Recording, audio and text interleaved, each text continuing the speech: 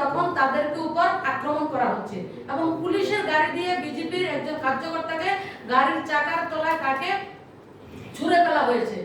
এছাড়া 7,000 তৃণমূলের গুন্ডাকে দিয়ে আরজি করে যাতে সমস্ত ধরনের যত ধরনের প্রুফ ছিল, এভিডেন্স ছিল, প্রমাণকে লুপাট করার জন্য অর্গানাইজড ওয়েতে কি সুন্দর ক্রাইম করেন, মহিলা ক্রাইমের কুইন, মুখ্যমন্ত্রী বললে ভুল হবে, ক্রাইম কুইন, ক্রাইম অর্গানাইজড ওয়েতে উনি 7,000 লোককে পাঠিয়েছেন এবং বেছে বেছে তৃণমূলের গুন্ডাদেরকে পাঠিয়ে সমস্ত যে প্রুফ রয়েছে, এভিডেন্স রয়েছে, প্রমাণপত্রকে লুপাট করার কাজ একটা মুখ্যমন্ত্রী উনি করেছেন। আর উনি নাটক মন্ত্রস্থ করছেন যে উনি নাকি মেয়েটার জাস্টিস চাইছেন। উনি কি বলছেন, মেয়েটা থেকে ফেরত দিতে পারবো না, 10 লক্ষ টাকা দিয়ে দেবে। পশ্চিম বাংলার ক্যাটাগরি হয়েছে, কাকে কিভাবে র্যাপ করলে, কিভাবে মেয়েদের সম্মান নষ্ট করলে কত টাকা হবে উনি বেঁধে দিয়েছেন একটা মহিলা।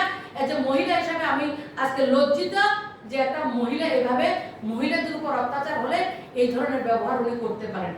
এটা আজকে গোটা দেশ, শুধু রাজ্য নয়, ওই মেয়েটা বাংলার মেয়ে নয়, গোটা দেশের মেয়ে।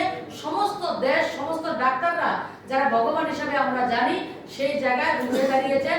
এবং আরেকটা নাটক, আরজি করের যিনি সুপার সন্দীপ ঘোষ, ওনাকে 4 ঘন্টার মধ্যে ওকে টার্মিনেট করা হয়নি, সাসপেন্ড করা হয়নি, ওনাকে ট্রান্সফার করা হয়েছে আরজি কর থেকে ন্যাশনাল ইনস্টিটিউট, আরো বড় হসপিটালে উনি তাকে গিফট করেছে, ওনাকে পুরস্কৃত করা হয়েছে। পশ্চিমবাংলায় এই ধরনের ক্রাইম হলে লোকদেরকে পুরস্কৃত করা হয়, ওটার প্রুফ উনি নিজে, মুখ্যমন্ত্রী নিজে করেছেন, তাকে পুরস্কৃত করা হয়েছে। আর যারা বিরোধিতা করছেন তাদেরকে কি করা হচ্ছে, 42 জন ডক্টরকে পশ্চিমবাংলার প্রত্যন্ত গ্রামে তাদেরকে ট্রান্সফার করা হয়েছে।